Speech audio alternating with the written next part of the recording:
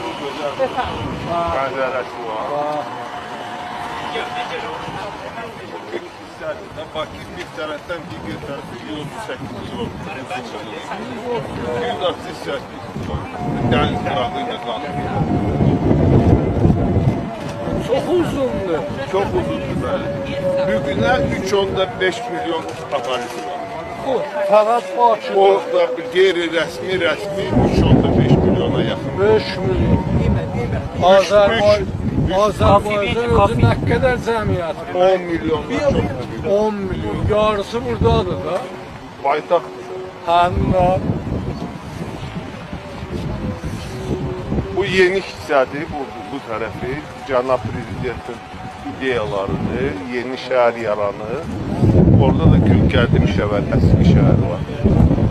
Yok, şehir tikili.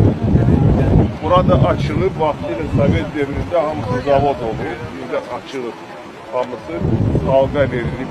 zavodlar buradaydı. Yani, deniz de biraz çəkilir də, bax görürsünüz. Aşağı.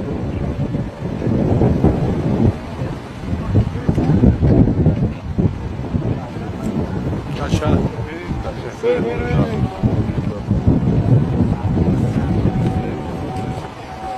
Var.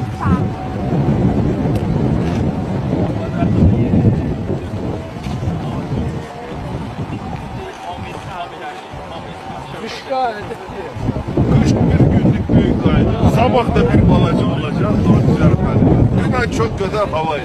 kültürel. Tamam başka cür bakılır. Ben de